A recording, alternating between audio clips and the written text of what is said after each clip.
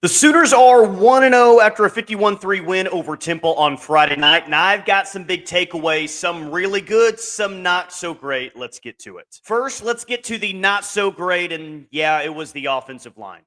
Are they banged up front? Yes. And it was really bad news early in the game when Branson Hickman went down with a sprained ankle.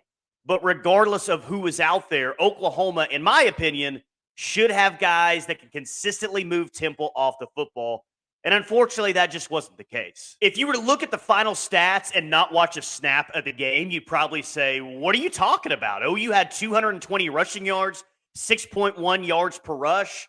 I don't think those numbers really tell the story of what kind of day the offensive line had and really the run game as a whole.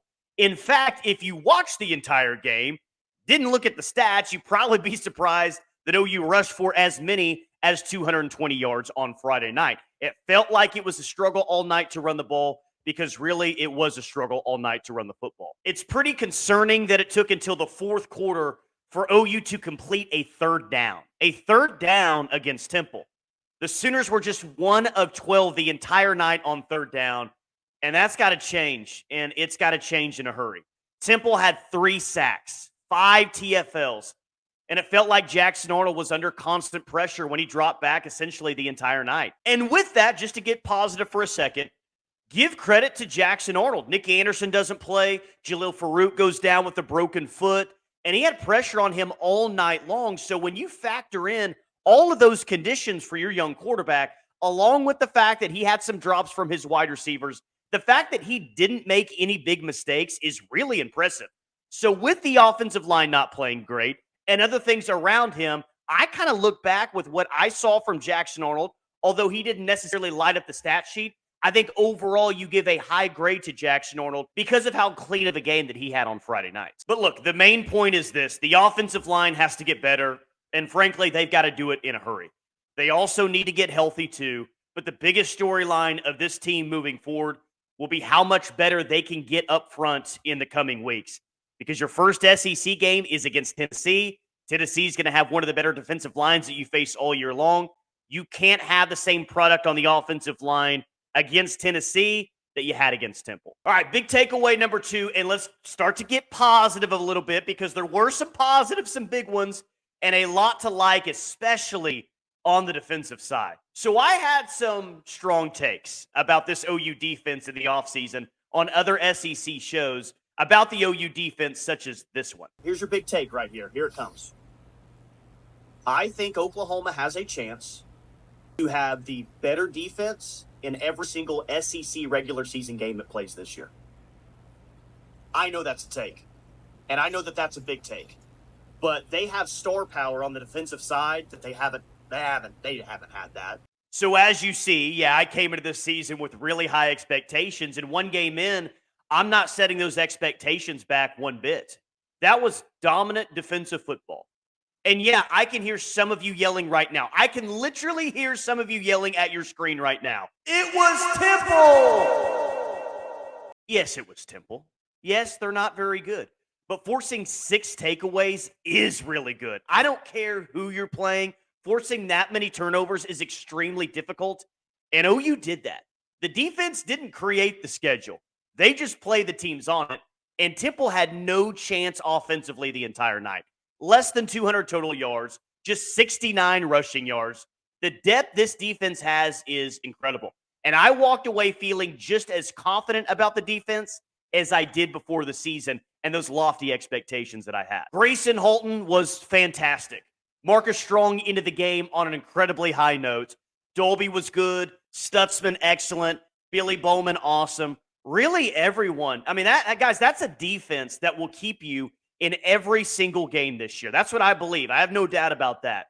They're not perfect, but they're really good, and I think one of the 3 best defenses in the SEC.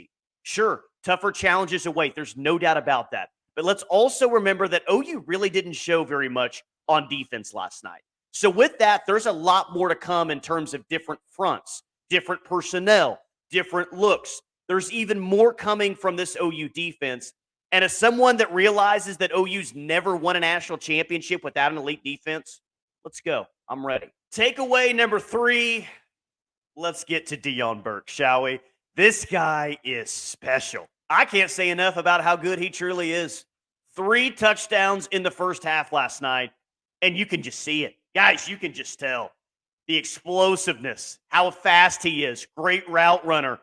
He's got all the tools. I came into the season adamantly believing that he was OU's best player on offense, not their best wide receiver, their best player on offense. And my mind has not been changed on that. In fact, I think that he is and will be one of the 3 best wide receivers in the SEC. OU's a bit banged up at wide receiver. That's a tad concerning. But as long as Deion Burks is healthy, I think that they're going to be okay. That's how highly I think of this guy. And Brent Venables said last night that they didn't try to stretch the field, and they did that by design. Well, when they do, you're going to see Deion Burks a lot in those spots. OU has a special talent at wide receiver this year. I'm very excited to see what highlight reel plays he's going to give us in the coming weeks. Is he going to be all SEC? It's on the table.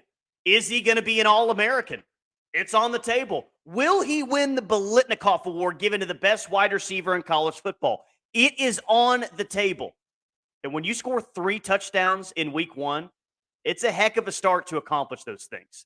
Deion Burks is special, best player on offense, one of the best players on your team, and one of the best 3 wide receivers in the SEC. How about a bonus takeaway for you? Because so much happened last night, even in a game where you're 40-plus point favorites. But OU made field goals? A 50-yard field goal was made by Tyler Keltner in the first half last night. Unbelievable. OU was perfect at kicker last night and really, really good on special teams. But I really want to highlight Tyler Keltner. Because when is the last time that you walked out of an OU football game and said to yourself, the OU kicker situation, OU at kicker tonight, performed very, very well. That was the case for Keltner. Perfect with field goals, perfect with extra points. That 50-yarder that he made was massive for him. The confidence, just everyone, I think, moving forward, who is a little bit concerned about kicker going into the season, myself included.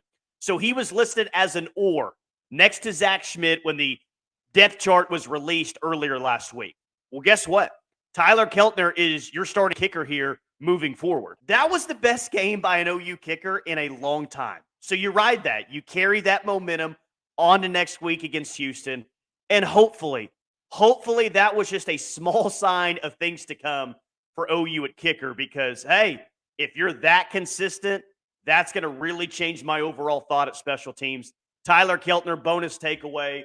Really, really good, and boy, did OU need that coming out of week 1. What was your biggest takeaway from OU's win over Temple? Drop it in the comments, and as always, thank you for watching.